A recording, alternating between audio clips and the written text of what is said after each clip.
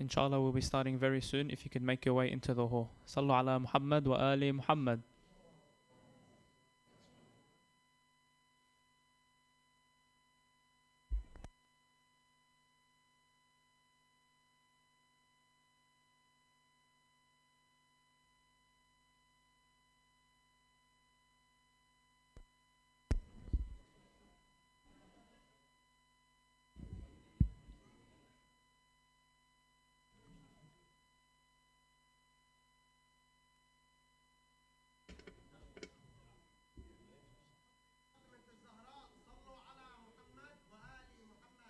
Allahumma salli ala Muhammad wa ali Muhammad. I ask we recite another loud salawat, one that will reach Najaf inshallah. Sallu ala Muhammad wa ali Muhammad. Salli ala Muhammad wa ali Muhammad. Assalamu alaikum wa rahmatullahi wa barakatuh. Bismillah ar-Rahman ar-Rahim. Welcome all to IHIC, and I congratulate you all on the birth anniversary of the brother of Rasulullah, Amir al-Mu'mineen Ali ibn Abi Taleb alayhi salam. I pray you are all well on this auspicious occasion, as we have a big night planned tonight. Inshallah, we'll begin with Quran, nasheeds, a quick talk from a guest speaker, Brother John, a few more nasheeds, the main lecture. Then we will have our gifts, auction, kahoot, and lucky draw, inshallah. Sallu ala Muhammad wa ali Muhammad.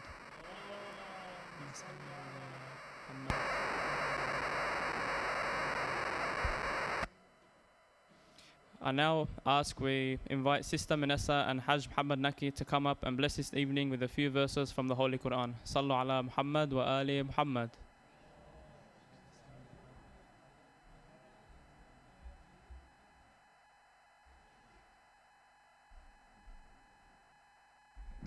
بسم الله الرحمن الرحيم ألم ترى كيف فعل ربك بأصحاب الفيل ألم يجعل كيده في تضليل وأرسل عليهم طيرا أبابيل ترميهم بحجارة من سجيل فجعلهم كعصف مأكول صدق الله العلي العظيم بسم الله الرحمن الرحيم الحمد لله رب العالمين الرحمن الرحيم مالك يوم الدين إياك نعبد وإياك نستعين اهدنا الصراط المستقيم صراط الذين أنعمت عليهم غير المغضوب عليهم ولا الضالين صدق الله العلي العظيم صلوات.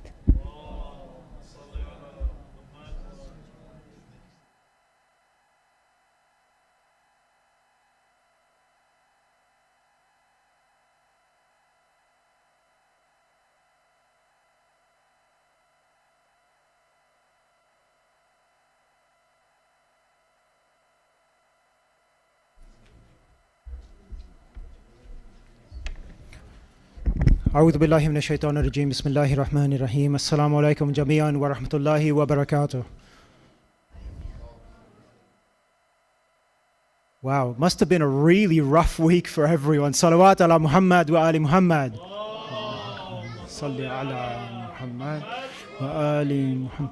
Now how about a salawat that Imam Ali is in the room with us and we're offering him our congratulations on his birth anniversary. Salawat ala Muhammad wa ali Muhammad.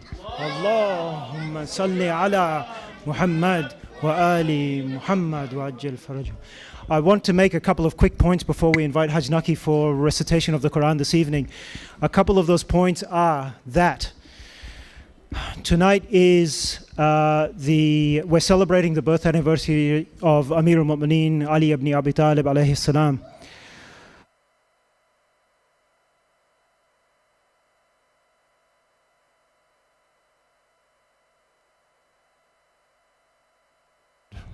That's handy.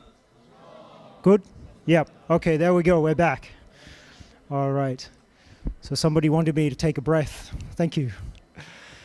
So tonight marks the anniversary also of it being 11 years since Sheikh Mansour left Sydney. It is 11 years ago tonight that Sheikh Mansour left from Sydney after the program that we had for the birth anniversary of Imam Ali alayhi salam. And inshallah, we're we're all definitely aware that the opportunity for justice in his case was categorically denied.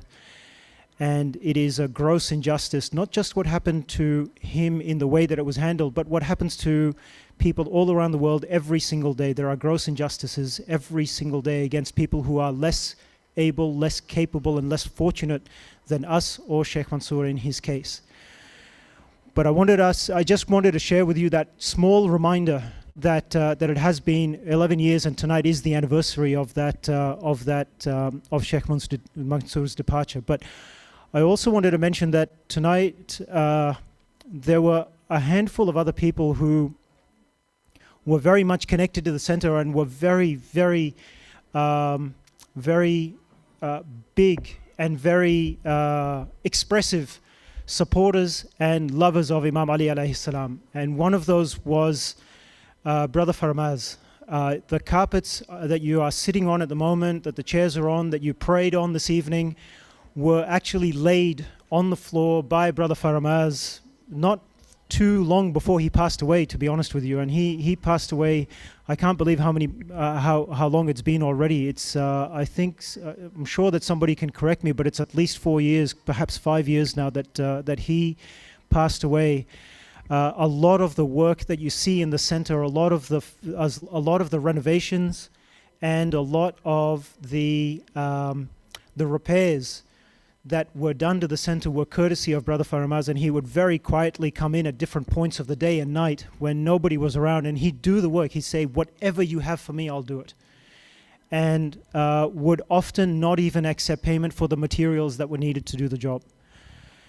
One of the other brothers who was instrumental in establishing the center and did so much work for relationships between this center and other centers and communities, but especially for the people in this community, was Haj Azimi. And I have a very bad habit. I get very emotional when talking about Brother Faramaz and Haj Azimi. They were real pillars of this community especially, but also in society as well. And anybody who had the distinct opportunity to meet them, spend even a moment with them, would agree with me without a second of doubt. Haj Azimi's work will definitely go unrecognized, because the majority of work he did behind closed doors, in the sense that he did without anybody's knowledge or acknowledgement. And certainly he didn't do it for any acknowledgement whatsoever. He was such a pure-hearted man. It was actually my fortune that one of my friends rang me up and said, you know, Brother Azimi's, Haj Azimi's in hospital and he's not in good shape. I was really stunned to hear that, and he said, I'm going on such and such a day to visit him. I think it was a Sunday afternoon. He said, why don't you come along? I said, absolutely. So we went. We spent some time with him. I think we must have spent over an hour in the hospital room with him and his family, back when you could do that. And even in his illness at that point, he was so welcoming. It was as though we'd gone to his house to visit him, and he offered us, would you like a cold drink? Would you like some tea? Would you like something to eat? No, you must sit. You must be uncomfortable. I said, what are you talking about? Why are you worried about us when look at your situation? And he was nothing but happiness and smiles, and conveyed his genuine regard to us. And he asked us to convey his regard to the community. And every opportunity I get, inshallah, and opportunities like this, I convey those regards to the community. So on behalf of Haj Azimi and Brother Faramaz, can we first of all recite a salawat, but follow that, and also for all of our marhumin, for the marhumin of all of those people who are here, for all of those from the center who have passed away, for all of your relatives, for your friends, your families, those who you've thought about and cared about at any point in your life, and will do inshallah. Please recite salawat so the reward may go to them for the salawat, and follow it by a recitation of Surah Al-Fatiha, salawat ala Muhammad wa ali Muhammad.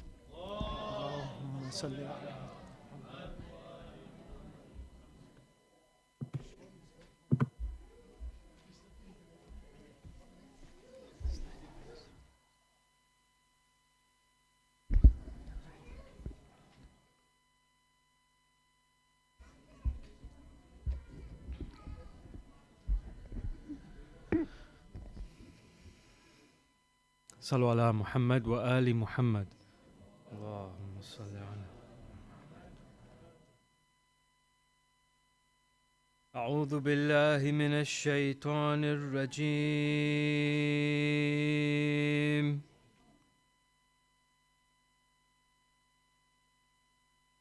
بسم الله الرحمن الرحيم.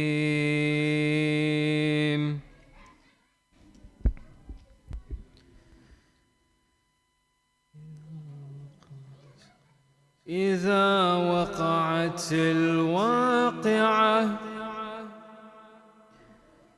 ليس لوقعتها كاذبة خافضة رافعة إذا رجت الأرض رجا وبست الجبال بسا فكانت هباء منبثا وكنتم أزواجا ثلاثة فأصحاب الميمنة ما أصحاب الميمنة وأصحاب المشأمة ما أصحاب المشأمة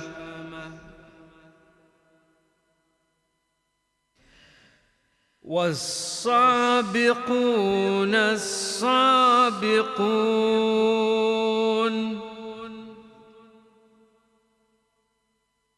أولئك المقربون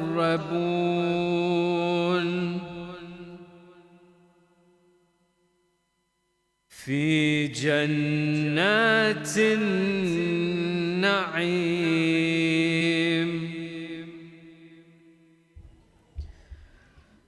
ثلة من الأولين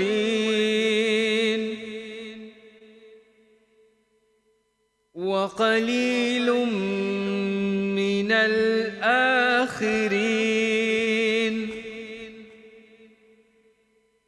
على سرر موضونة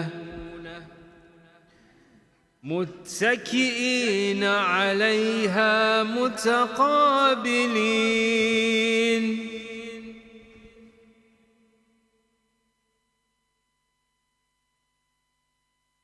يطوف عليهم ولدان مخلدون بأكواب وأباريق وكأس من معين لا يصدعون عنها ولا ينزفون وفاكهة مما يتخيرون.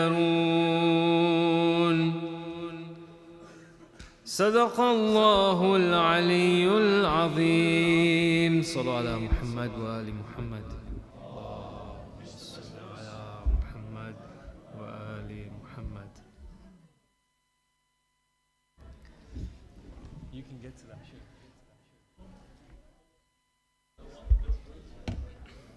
Ahsant Hajj, can we please recite another loud salawat?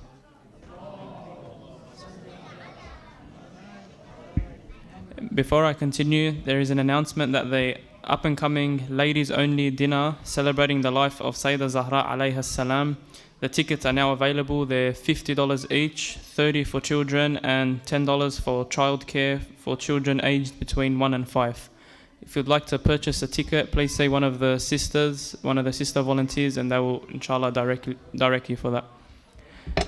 I now ask we invite Sister Sabil and Zahra Zalgut to come up and recite a small nasheed. Sister Sabil and Zahra Zalwut.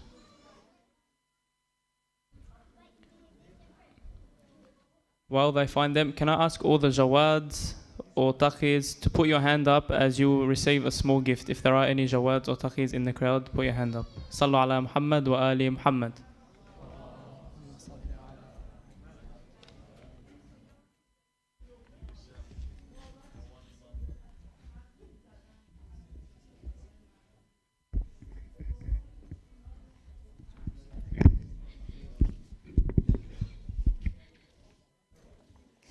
Born in the Kaaba, born in the Kaaba, born in the Kaaba was he.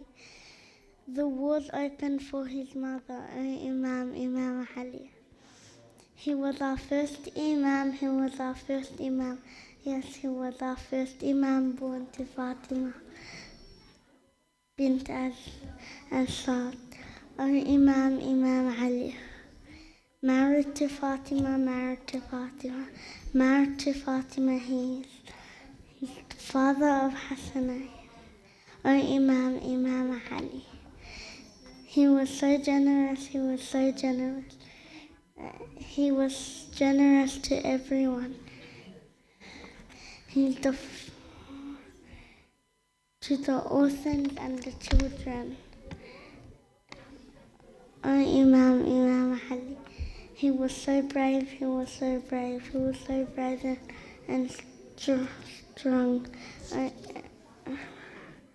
He was always first to protect the Prophet. Imam, Imam Ali. Salawat.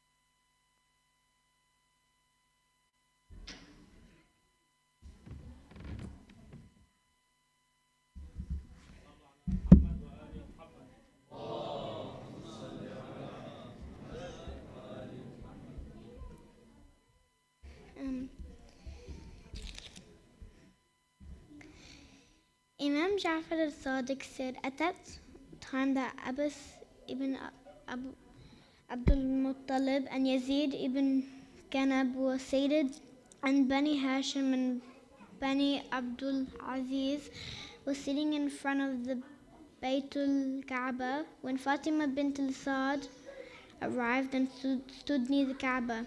A moment had passed when signs of distress appeared on her face. She raised her trembling hands for prayers and looked at the sky with anxious eyes and prayed, O Allah, I believe in you and your messengers and in the books that have been revealed to them from you. And I believe in your words and that of my forefather Ibrahim, who built your ancient house Kaaba. Thus, for the sake of this sacred house and its builder, and for the sake of the child that is in my womb, ease my trouble and make the birth of my son easy for me. I am certain that this newborn is one of the clear signs of your glory, and you will surely ease my difficulty. Abbas narrates that when Fatima bint al-Sad finished this prayer, we saw that the back wall of the Kaaba cracked open, and she immediately entered the Kaaba through the new opening chute. Ali Muhammad.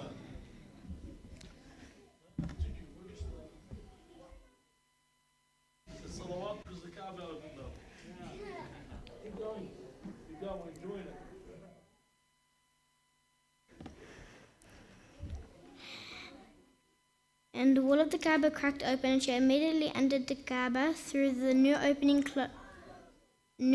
without any hesitation. And once she was inside, the gap closed and the wall returned to its original state like nothing ever happened to it. We tried opening the door of the Kaaba, but it did not open. Thus we were convinced that it was a miracle by Allah's command. Salawat.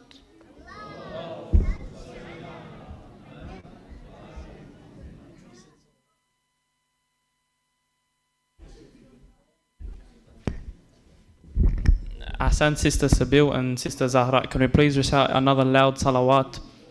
Allah. We now have a small talk from a guest revert speaker, Brother John, inshallah. Can we please recite a loud salawat as we welcome him? Sallu ala Muhammad wa ali Muhammad.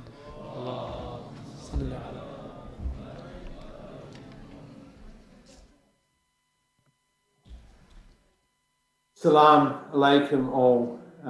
This is John from Hobart, Tasmania, and I'm excited tonight. I also feel quite sick. And also feel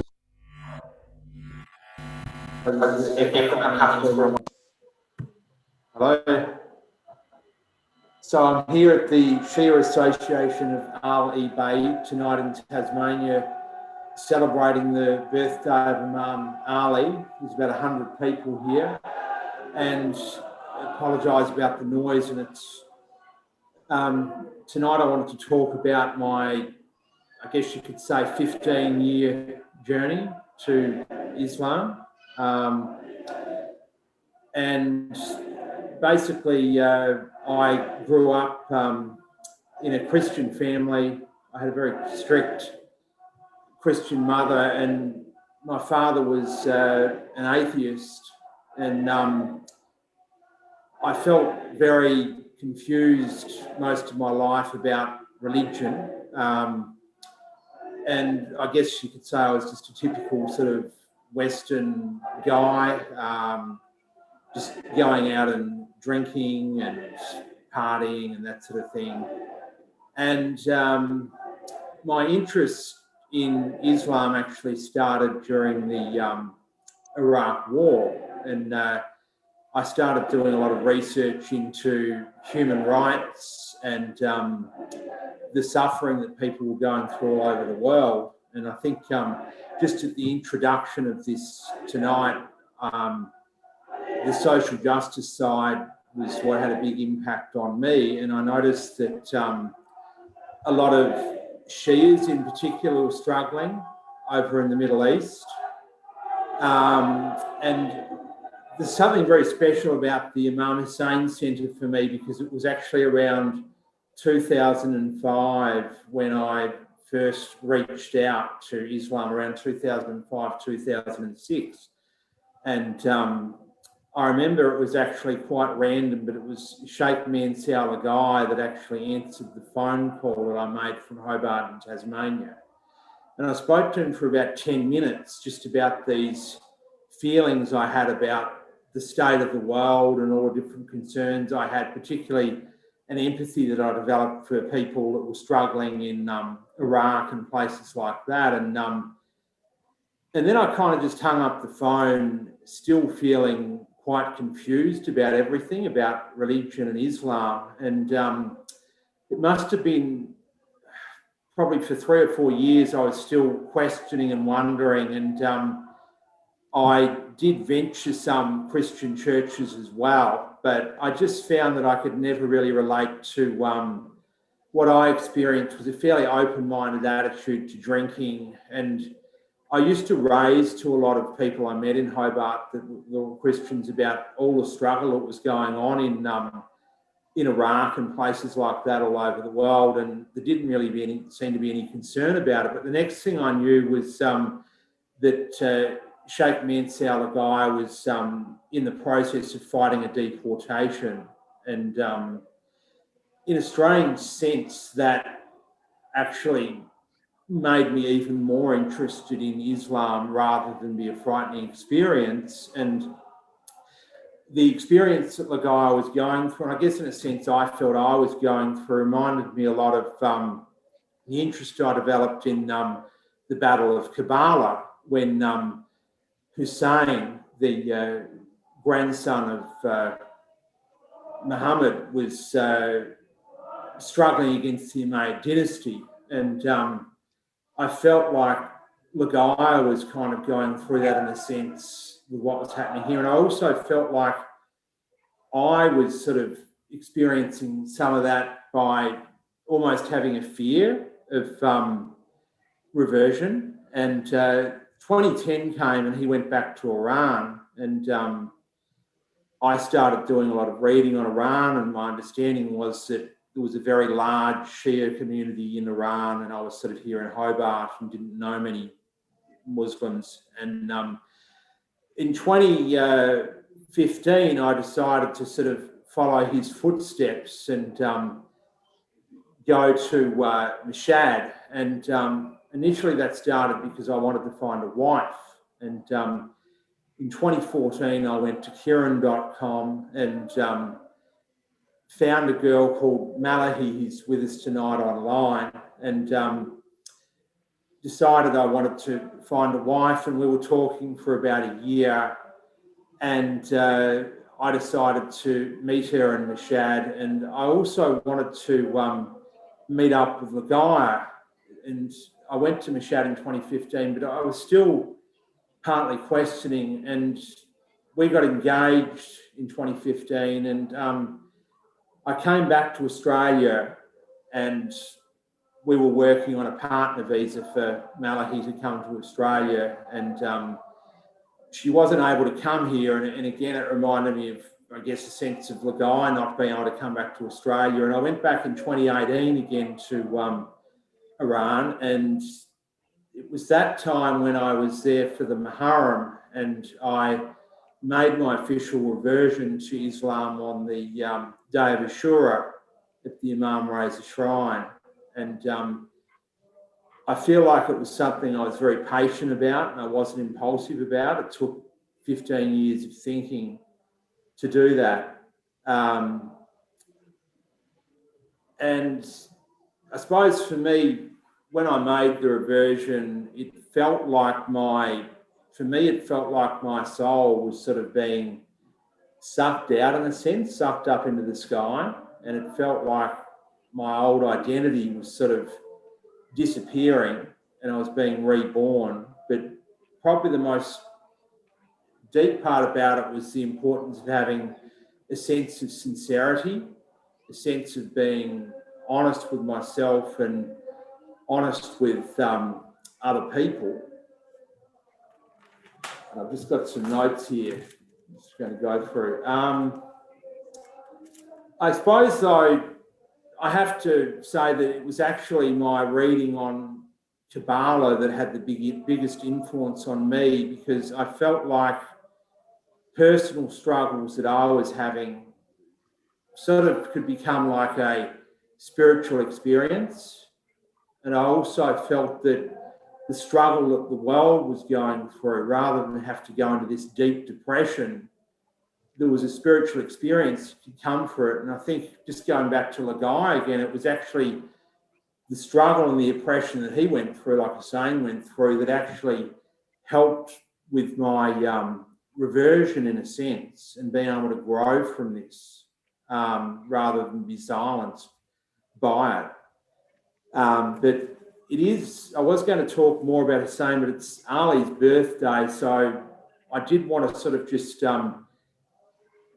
mention a few quotes as I close my speech that I can relate to a lot. One of Ali's quotes was, "Be like the flower that gives its fragrance to even the hand that crushes it." And I think that in 15 to 18 years of reading about Islam, that's probably one of the quotes I can relate to the most, around when you're being squeezed, there's a perfume that can come, or a sweetness that can come from that, rather than anger and a growth. Another quote from Ali here is, "Blessed is he whose own faults keep him from seeing the faults of others." So I try and work with a lot of respect, and I work in mental health, and I'm trying to sort of just focus on my own self-growth and areas that I can improve on before trying to criticise everything else in the world. And just the last quote is from Ali, is, "Eyesight is useless if the inside is blind." And anyway, I thank you all for listening. If anyone has any questions, I'm open to answer.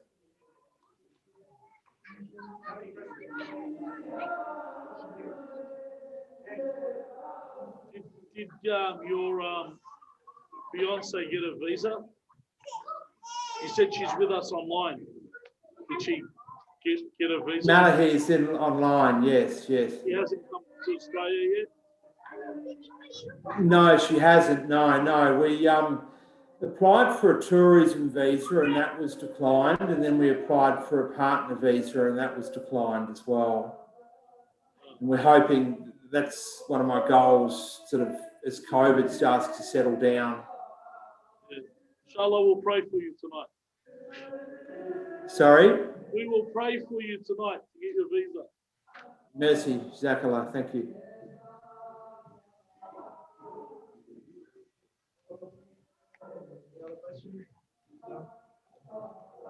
John, thank you very much. Inshallah, we'll be in touch, and congratulations on your journey. And Thank you. for joining us tonight for our program. Have a lovely evening. Thank you.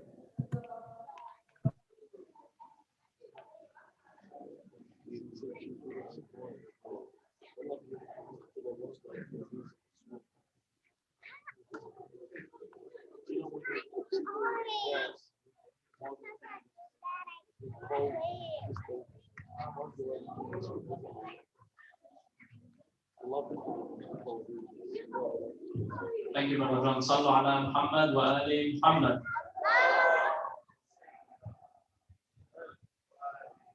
We now have a few nasheed, starting with Brother Ahmed Rashid, Brother Farshad, and Brother Hajj Muhammad Naki, inshallah. I ask Brother Ahmed Rashid to please come up. Sallu ala Muhammad wa ali Muhammad.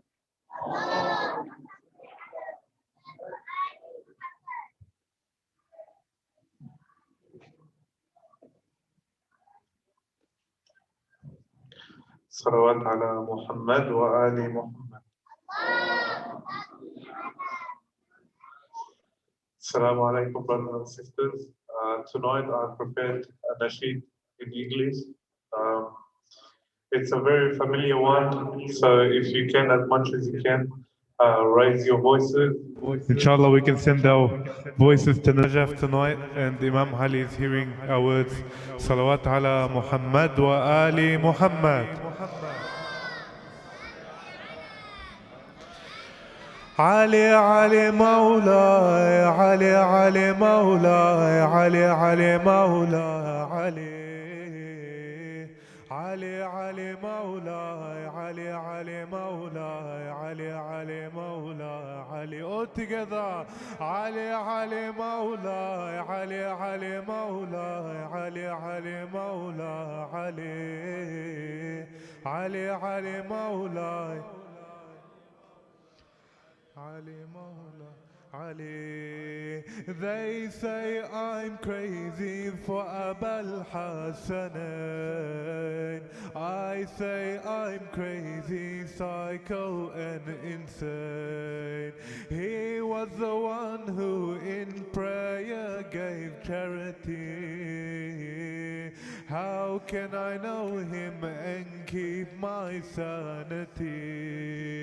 He was the one that spoke to the jinn in the valley. Ali Ali Mawla, Ali Ali Mawla, Ali Ali Mawla, Ali Ali Ali Mawla, Ali Ali Mawla, Ali Ali Mawla, Ali Ali Ali Mawla, Ali Ali Mawla. Ali, he is a master who lived life like a slave. He is a ship that sails swiftly through the waves. He is a master who lived life like a slave. He is a ship that sails swiftly through the waves. Bravery learned from Haydar how to be brave. Bravery learned from Haydar how to be brave. Ali Ali Mawla, Ali Ali Mawla, Ali Ali Mawla, Ali Ali Ali Mawla. Fly Ali. They say he was fourth, but I ain't so sure. Since when did counting start with number 4? They say he was fourth, but I ain't too sure. Since when did counting start with number 4? Khaybar sealed its gates and closed off the court. Who needs keys when Haydar's is lifting the door?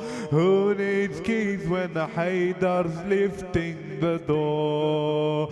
So tell Khaybar we have the master key. Ali Ali Mawla, Ali Ali Mawla, Ali Ali Mawla, Ali Ali Ali Mawla, Ali Ali Mawla, Ali Ali Mawla, Ali Ali Ali Mawla, Ali Ali Mawla, Ali Ali Mawla, Ali. صلوات على محمد وآل محمد.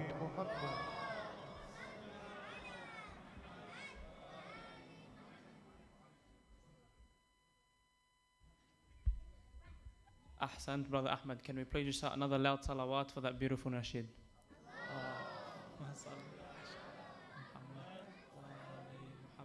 I now ask Brother Farshad to come up. He has prepared a beautiful Farsi and Arabic nasheed. Sallu ala Muhammad wa ali Muhammad.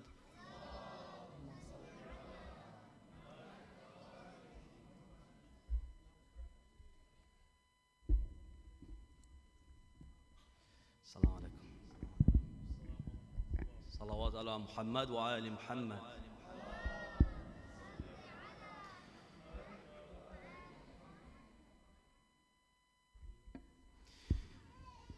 Ya Haydar, Ya Ali Mawla, all together.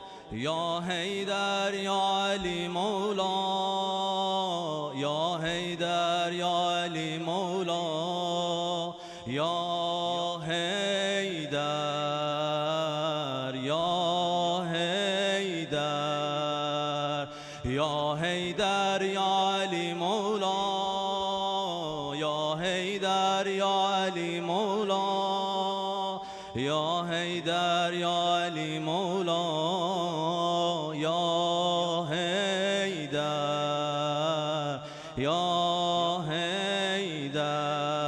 مهر تو آقا تکیه گاه من شد، امان نامه بر گناه من. سایه لطفت شد پناه من، نور عشق تو نور راه من. یا علی هستی پادشاه من، تو هستی امیرم پابند قدیرم. آرزوم همینه تو صحنت بمیرم، تو صحنت بمیرم. یا حیدر یا علی مولا، یا حیدر یا علی مولا، یا حیدر یا علی مولا، یا حیدر یا حیدر.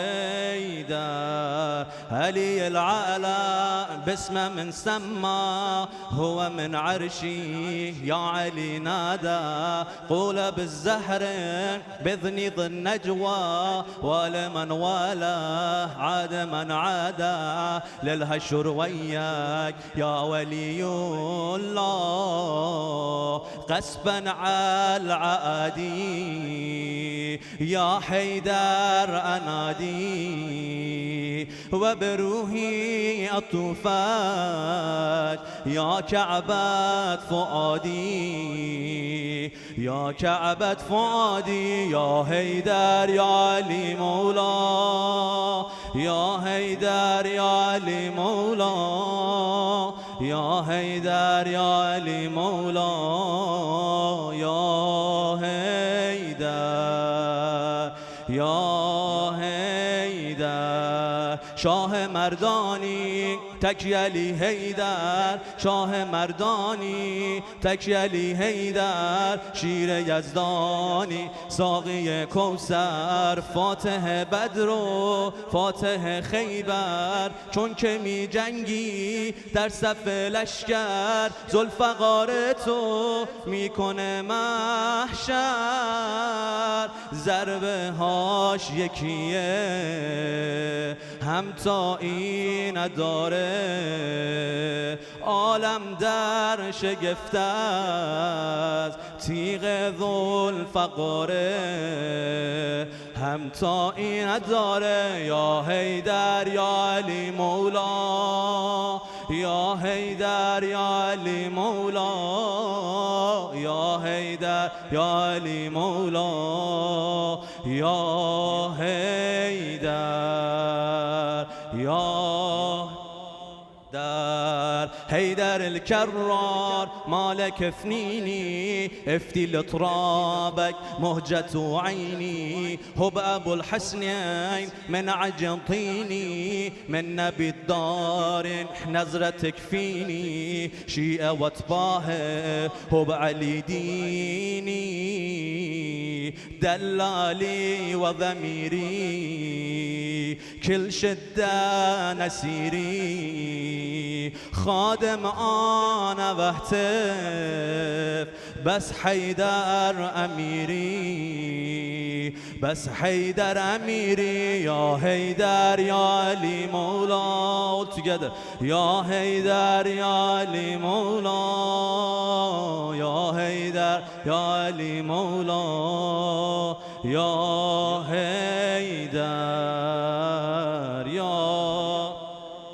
هر سر کوی بلند فریاد کردم، سر کوی بلند فریاد کردم، علی شیر خدا را یاد کردم، علی شیر خدا را یاد کردم، علی شیر خدا یا شاه مردان، علی شیر خدا یا شاه مردان، دل ناشاد ما را شاد گردان، دل ناشاد ما را شاد گردان. ناد علی مظهر العجایب عجایب، ناد علی مظهر العجایب عجایب، تجده عونا لك في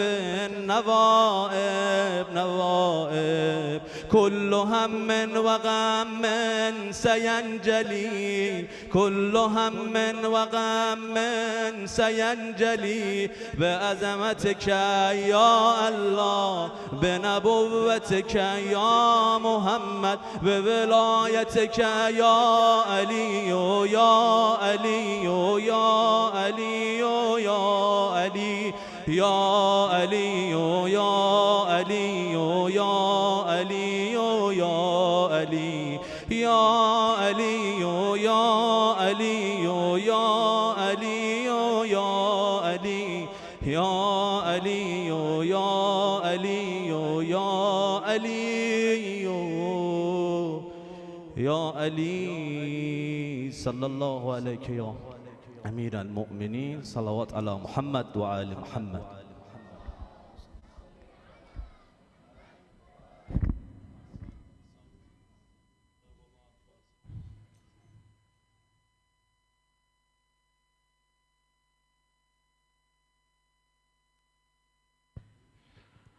Thank you very much, Brother Farshad. And inshallah, with 3 loud salawat, we welcome Sheikh Mansoor Lagai for a short presentation, inshallah. Salawat ala Muhammad wa ali Muhammad. Allahumma salli ala Muhammad wa ali Muhammad wa ajil farajahum. Allahumma salli ala Muhammad wa ali Muhammad. Allahumma salli ala Muhammad wa ali Muhammad. Thank you very much, Ajali. A'udhu billahi minash shaitanir rajim. Bismillahir rahmanir rahim. Alhamdulillahi rabbil alameen. Wassalatu wassalamu ala sayyidina wa nabiyyina wa tabib nufusina wa habib qulubina أبي القاسم محمد اللهم صل على صلى الله عليه وآله وسلم لا سيما بقية الله روحي وأرواح العالمين لمقدمه الفداء. My very dear brother Sheikh Muhammad Mahdi, all brothers and sisters in Islam and Iman, Assalamu alaikum jami'an wa rahmatullahi wa barakatuh, and wholeheartedly congratulations on the auspicious, very auspicious birth anniversary of Imamain, Al-Imam Al-Jawad and Amir al-Mu'mineen wa Ya'sub al-Din, Asadullah al-Ghalib, Ali ibn Abi Taleb, عليهما وعليهم أفضل الصلوات والتحيات صلوا على محمد وآل محمد بأعلى أصواتكم اللهم صل على محمد وآل محمد. It is narrated from the Holy Prophet sallallahu alayhi wa alihi wasallam to have said أنا وعليون أبوا هذه الأمة. Sheikh al-Saduq rahmatullah alayhi in some of his books has narrated this hadith, that the Holy Prophet is quoted to have said, Ali and I are the two fathers of the Ummah, of the Muslim Ummah and the Muslim community. Because the role of the father is in charge of the disciplining, educating of his children. The fathers are not only the financial providers and providing the maintenance of the household. Fathers are the role models for their children. It is for this reason that the Prophet also says in another hadith, everyone has at least normally two, and inshallah once they get married, three fathers or parents, better to say. One is your biological parents who gave birth to you. Another one is your spiritual father, your teachers, father or mother. And the third one, when you get married, your father-in-law, your mother-in-law, that by the law of Islam, he becomes your father, and by law of Islam, she becomes like your mother. Now, the Holy Prophet and Amir al-Mu'mineen alayhim as-salam obviously are the fathers, the spiritual father, the most best spiritual fathers of the world, the Ummah, particularly the Muslims, because they are our role models. And why the Prophet brings Imam Ali alayhi salam, I don't want to delve into the discussions, the Holy Prophet, also the Almighty God in the Quran, you can see that Allah subhanahu wa ta'ala refers to Amir al-Mu'mineen as Nafsun Nabi. So Amir al-Mu'mineen is a duplicate version of the Holy Prophet with the exception of the prophecy and prophethood.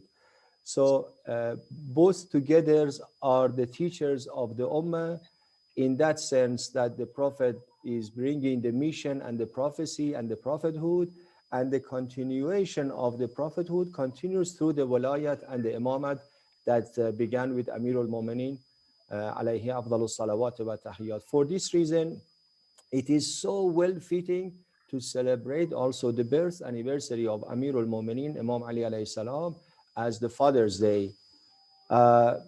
It was yesterday in Iran, and usually in Iran it's so common to get a pair of socks as a gift for the fathers. So children who have not given their fathers any gift, hey, prepare something, or inshallah you are prepared.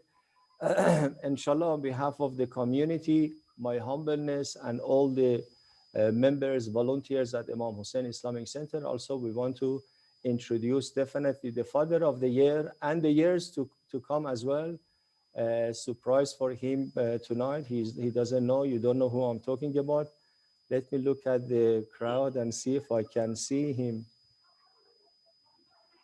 Is he there? He's outside. He's outside. Can somebody call him in? Can... Okay, I saw him. But yes, yeah. Please invite Hajj Fawzi Hijazi to the stage with salawat ala Muhammad wa ala Muhammad. Allahumma salli ala Muhammad wa ala Muhammad. For your information, Hajj Fawzi was telling me a while ago that, Sheikh, I'm getting old and bald. And I said to him that, never mind, Hajj Fawzi, you are getting more handsome and attractive anyway. And remember that Imam Khomeini rahmatullah, he began his revolution at the age of 78. So you are not even 78 yet. So inshallah, stay strong, very energetic, Hajj Fawzi. Fathers are like the post of the tent. So we all lean and rely on you. May Allah subhanahu wa ta'ala give you the strength. Haj Fawzi, you are not only the father of your biological children, all who are sitting there are either your children or your younger brothers and sisters, like myself being your younger brother. May Allah subhanahu wa ta'ala qawweek and give you a strength to stay around and serve for the sake of God, mashallah. Jazakallah khaira Haj Fawzi. Inshallah, Sheikh Muhammad Mahdi will come and on behalf of the community will give you a humble gift as a gesture of just appreciation. Jazakallah khaira Sheikhuna. Allahumma salli ala Muhammad wa ala Muhammad. It's good that you don't need to worry about the social distancing. Allahu Akbar. One more Sheikhuna on my behalf on the other side. Allahu Akbar. Thank you very much. Sallu ala Muhammad wa ala Muhammad. Ma'jurin. Alhamdulillah. Inshallah, have a very auspicious evening and all the days and the years to come. Jazakumullah khaira. Because I'm flying to Perth, I have to excuse myself. Inshallah, I will pass it on to Brother Hadi for the rest of the agenda for tonight. Jazakumullah khaira. Assalamu alaikum jami'an.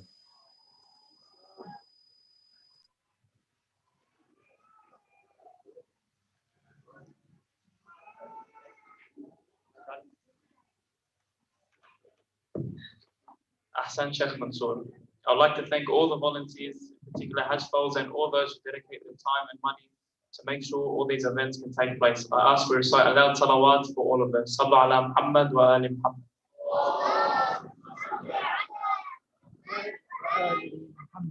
Inshallah, Amir al-Mu'mineen Ali ibn Abi Taleb alayhi salam is proud to see us all tonight to come and commemorate his birth anniversary, inshallah. I now ask we recite 3 of your loudest salawat ala Muhammad as we introduce Sheikh Muhammad Mahdi to come up for tonight's lecture. Sallu ala Muhammad wa ali Muhammad.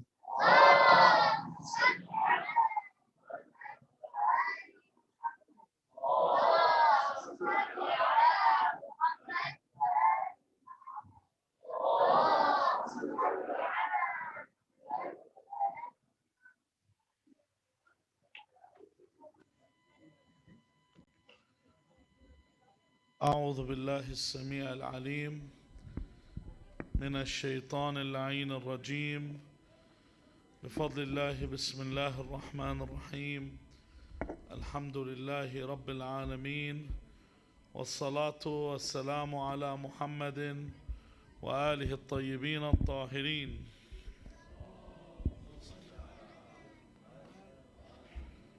I'd like to also extend the appreciation of what Brother Hadi said for the people that have given their time and the money, but also to the people that attend. All of you, the people that actually attend these majalis are very fortunate.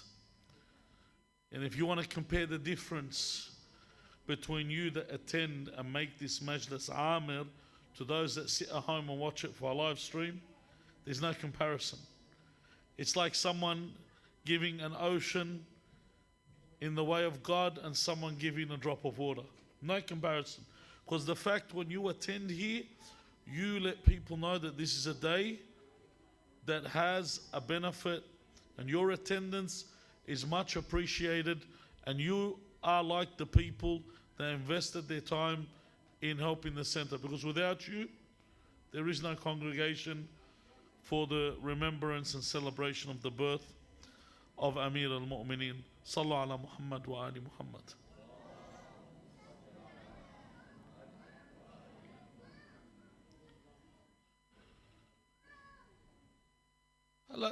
People tend to isolate themselves, or people tend to go rogue, or people tend to go solo, or mavericks in general. Some do it because they want to stand out from the herd. You know, the one that decides, all right, while they're doing tawaf around the Kaaba, I'm going to go clockwise. I want to go against the stream. And then there are those that go solo for righteousness' sake. It's a difference between ones that go one way or the other. Firstly, Allah says in the Quran, Al-Haqqu min Rabbik. فَلَا تَكُونَنَّ مِنَ الْمُمْتَرِينَ. The haqq or truth is from God. Allah Azza wa Jal says, do not be of the doubters. And what the truth is evident and it's with God. Don't be of the doubters. Now, if I go with the truth and there's no one around me and I'm on my own, no, I hold firmly and I keep going in that direction. But if I go upon doubt, and upon doubt, then I go in that path and I confuse people and I cause problems, but I still stand out. You know, if you ever notice, the most viewed speeches or videos are by two types of people. The ones that stand out for their brilliance and their excellence, and the ones that stand out for what? For causing confusion. People love to share the videos of the doubters. The ones that put something in there and people start thinking, what do they mean in this video? But how do we learn about what is right and what is wrong? We tend to become archaeologists. We like to dig up, bring up the past. People might turn around and say, hold on, why don't you just let bygones be bygones? Why is it we have to always bring up the past? Why is it we always bring things up? Why can't we just begin talking about the present and move along? You know those people that say everyone's friends, everything was okay, we're all one. Taban obviously doesn't mean for me to go slander other beliefs and other characters, but let me bring forth what took place. Why? Because Amir al-Mu'mineen makes something very clear. He says, وَعْلَمُوا أَنَّكُمْ لَن تَعْرِفُوا الرُّشْدَ حَتَّى تَعْرِفُوا الَّذِي تَرَكَهُ. That you will not know what guidance is, or what the truth is basically, until you know who were the ones that abandoned the truth. It's the only way you're going to work it out. The way you'll understand the truth, and even when it comes to discerning right from wrong, you'll work it out how? When you see the evils of the wrong. You know, when we see a problem that takes place. For example, in Australia, we have a tolerance for alcohol when someone drives. If you're driving under the influence of alcohol, then you have a set limit that is 0.05. If your blood alcohol level is above 0.05, then you are considered to be driving under the influence. Which in the United States, that some states, the blood alcohol level can't be above 0. So what makes the measurement what it is? Based on previous incidents, and that's what we call in law, they bring it as a case as a precedent. Something that took place before, that makes law. That brings in law. So for me to understand what went wrong in order to see the benefit of what is right. It's essential for me to know. Why? Because I can't just say I'm a Muslim. Did you notice the brother that spoke, Brother John Purvey, what he mentioned? He said that he was introduced to Islam. He first started reading about Islam in 2005. When did he become a Muslim? Did anyone pay attention? 2018. Hassan. He said 15 years, but it was 13 years according to what I heard. But 13 years it took him to say I'm a Muslim. Why? Because he didn't want to become a 2-minute Maggi, just add water Muslim. So I remember when I was a child once, this man came and sat at our house, and he said to my father, I want to become a Muslim. So my father said, what do you know about Islam? And he said, they believe in God like Christians, and he didn't know what to say. So my father said, do you love a woman that is Muslim and wish to marry her? And the man smiled. And he said, yes. So my father said, you have two options. You can go to one of these centers that you walk in and say Shahadatain and say, you know, I don't know if you've ever seen that comical video where there's a guy that can barely talk. Have you seen it? And he's got a twitched with his finger. And it's actually a real video. Why I say it's comical? Because this man sits next to him, you know, one of the brothers with the extension on his beard. He's sitting next to him and he says, say La ilaha illallah. And the man starts to make it, he's a mute, he can't speak. And he's moving his finger, he says, MashaAllah, he's a Muslim now. And the man doesn't even know what he's saying. So in other words, if you want to become a just add water Muslim, you go to these centers, they'll make you one, or you can actually learn about Islam and truly become a Muslim. So if I want to become a Muslim, I need to understand, why am I a Muslim? Someone came up right now, each one of us asked you why you were Muslim. How would any of you respond? I remember one brother was driving me to a lecture. And I just asked him, I go, brother, why are you a Muslim? Why are you Shia? This is in the UK. So he said, because my parents are in it. That was his response. That my parents are Muslim, so I'm Muslim. They're Shia, so I'm Shia. That's not a justifiable response. So I need to understand what took place in order for me to come to this understanding.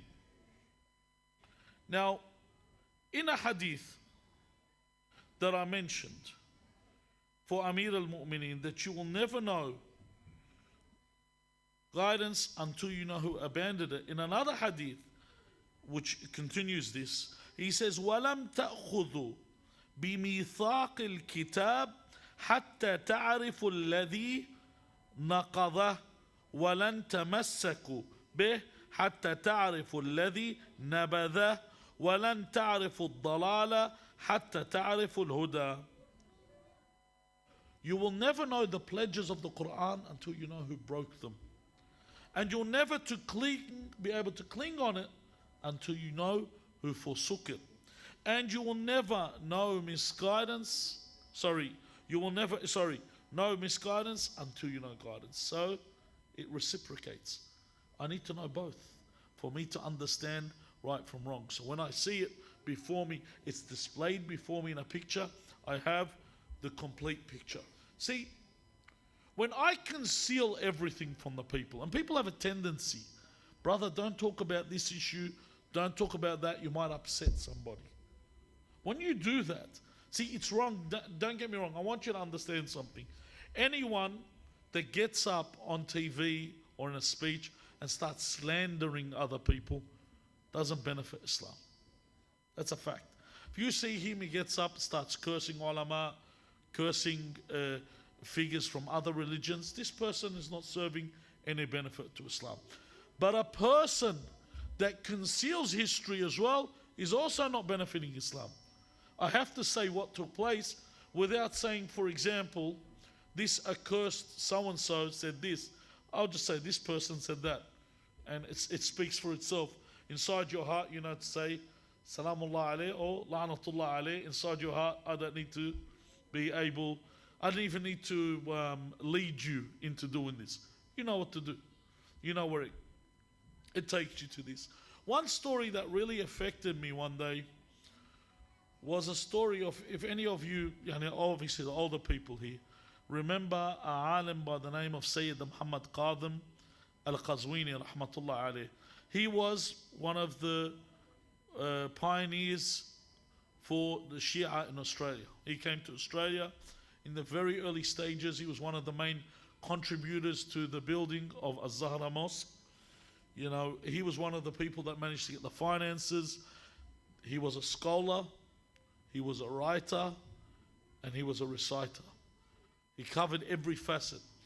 He was a pleasurable man to sit next to. Like, I sat with him when I was young, and I regret some of the things I said in front of him because I blurt some things out. Still remember my conversation with him. Yeah, one of his stories which amazes me is one day he was in Morocco and he's sitting with a group of people, some of the youth. And these people aren't followers of Ahlul Bayt. They're from Ahlul Sunnah wal Jama'ah. And he sits with them, and one of them says to him, I'm Sharif, that I am of the descendants of Rasulullah. So then Sayyid Muhammad Qadim said a story about Imam Ali alayhi salam. He said, Inna Ali, salawatullahi wa salamu alayhi. And they all said, what are you saying? He said, what do you mean, what am I saying? They said, how could you say salawat except about Rasulullah? Have you ever noticed that? You only hear the salawat on the Prophet with Ahlul Sunnah. They will never say it for anyone else. And Sayyid Muhammad Qadim said, have I done anything wrong? They said, yes. He said, but the Quran says, but وَبَشِّرِ الصَّابِرِينَ الَّذِينَ إِذْ أَصَابَتْهُمْ مُصِيبَةٌ قَالُوا إِنَّا لِلَّهِ وَإِنَّا إِلَيْهِ راجعون أولئك عليهم صلوات من ربهم. That give good news to the patient, the ones that say when a calamity or a tragedy befalls them, to Allah we belong and unto Him we shall return. Upon them is the salawat of Allah. So this covers a lot of people. And so this man, the Sharif, the one related to the Prophet, the descendant of Imam Ali, said, وَأَيْ مُصِيبَةٍ, what calamity has befallen Ali ibn Abi Talib? So Sayyid Muhammad Qadim, rahmatullah alayh, he said of the greatest calamities that have befallen him is that his descendant doesn't even know that a calamity has befallen Ali ibn Abi Talib. That we're at a time that you don't even know. So then he began to tell him the history of Amir al-Mu'mineen and what took place against him, and showed him the difference between guidance and misguidance, and was able to bring him towards the path. This is why the Prophet sallallahu alaihi wasallam made that clear, made it vivid, where he mentioned, if you see, Ammar ibn Yasir narrates this hadith. He says that the Prophet told me, if you see the truth in a valley and you see Ali in a valley, then go with Ali. Why? He said, because Ali is with the truth, and the truth is with Ali, but the truth follows Ali wherever he goes. Not Ali follows the truth. The truth follows Ali ibn Abi Talib. In other words, it may not be visible to you. You may not be able to perceive it. You may not be able to process it. However, it will become vivid to you. And always look for the most vivid way. One thing that Imam al-Sadiq, salawatullahi wa salamu alayhi, is narrated to have said is that to know a scholar that you benefit from is someone that takes you from doubt to certainty. And this is one of the problems we have today. Every year I remember we have the same problem where people keep putting up videos of different opinions of different people and slandering people. And I always told them the same thing. I said, look at the person speaking. Does he cause more doubt in your head or certainty? If the person brings more doubt, then this person isn't serving religion. If the person, this is what the Imam says, that's how you know the difference between a scholar and someone that is from us and someone that is not. If the one that speaks causes more doubt in your head, then this isn't someone you should be listening to. If the one that speaks gives you more certainty in your belief, then this is somebody that you should be listening to. Now, the Imam, salawatullahi wa salamu alayhi, not only did the Prophet say he is with the truth and the truth is with him and the truth follows him, Rasulullah sallallahu alayhi wa alihi wa sallam basically gave him the keys to the city of knowledge. When he said that I am the city of knowledge, and Ali is its gate. So the only way through to the Prophet of Allah sallallahu alayhi wa alihi wasallam is through who? Through Amir al-Mu'mineen Ali ibn Abi Talib salawatullahi wa salamu alayhi. Now, when it comes to, I mentioned what is without doubt and what has certainty. If you take a look at the issue of the Imam and the discussion of the position and the right of the Imam, take a look at the way he responds as opposed to the way other people respond. When people used to come and ask those that were in opposition to the Imam, for example, those that usurp the Khilafah, they would ask them a question in one of the hadith where someone asked the second Khalif. He said, when we read the Quran, we read the verse, وَفَاكِهَةً وَأَبَّا. He said, Fakiha, we know is fruit. He said, what is Abba? And sometimes someone asks you a question like this, what is it? And the second Khalif said, Wayhak, woe unto you. Don't you know we are not obligated to respond to such questions? Had he read the next verse, he would have saved him. Mata'an lakum wa li'an'amikum. Mata'an lakum, it was respective. So what the fruit is for you, wa li'an'amikum. Abba is what?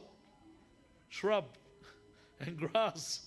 But had he read the next verse, he would have got the answer. Whereas with Ali ibn Abi Talib alayhi salam, he said, Sa'aluni qabla an tafqiduni. Ask me before you lose me. And every question that was asked, I could respond to. One incident which you'll find in Bihar al-Anwar, in volume 10, at the very beginning, there's different variations of this narration, where two Jews had heard of the fact that there was a prophet. They said there was a prophet, they came to find the prophet. When they arrived in Medina, the people told them the prophet had passed from the dunya. So they said, okay, the prophet's passed from this world. But we know every prophet leaves a successor. We know the prophets before left successors. If this was a true prophet, then his successor will show the signs of the prophecy. So they took him to the first Khalif who had assumed the role. And that first Khalif obviously was Abu Bakr. So he went to Abu Bakr, the two Jewish men, and they said, where is your God? Abu Bakr said, my God is sitting up there on his throne. So then they said to him, okay, Then they said, what direction does your God face? And I think one of the narrations says he looks down, one says he looks up. And then they said to them, okay, what is a soul within a soul with no relation? Then after a while, they've asked him several questions. He says, I don't need to respond to any of these. So they leave, they say, obviously this prophet was not the prophet. Because if he was the prophet, his successor would know the answers. As they are leaving, Salman al-Muhammadi comes up, Ridwanullahi ta'ala alayh, and says, come with me and I will take you to the real successor. So when they come to Imam Amir al-Mu'mineen Ali ibn Abi Talib, salawatullahi wa salamu alayh, they ask him, how are you the real successor? And your prophet just recently died. His body has not even become cold, as we say in the saying, and you Muslims have already started bickering and fighting. What kind of a religion is this? So the Imam said to him, your feet did not become dry from the Red Sea and you were already worshipping a golden calf. You're talking about our prophet just dying, we're already bickering. So then the man, with the response, he was silent. Then he said, where is your God? And the Imam said, tell me where he is not and I will tell you he is. And he said, in what direction does your God face? So Amir al-Mu'mineen said to Salman, light a fire. He lit a fire. He said, in what direction does the fire face? And the Yahudi said, I do not know. He said, you cannot understand the creation of God. How can you understand in what direction God faces? Then he said to him, what is a soul within a soul that has no relation? Because you know, when we talk a soul within a soul that we know is a mother and a child. They're related. But what is a soul within a soul that has no relation? So Imam Ali alayhi salam said, Jonah, Yunus was in the tummy of the whale or the fish, and that was a soul. He was alive within a soul, and there was no relation. So then the Yahudi says, what is one place on the earth that the sun has seen and never saw again? Saw it only once. And Imam Ali alayhi salam, he said, when Allah ordered Musa to split the Red Sea, the sun touched the bottom of the sea then, and it never touched it again because the water returned. So we asked him questions. It's a long hadith. I don't want to go into full. He asked him what is one, what is two. He starts asking every single one. He has an answer. And then they say that truly you are the successor of the messenger of Allah. And truly there was a prophet. And both of them accept Islam.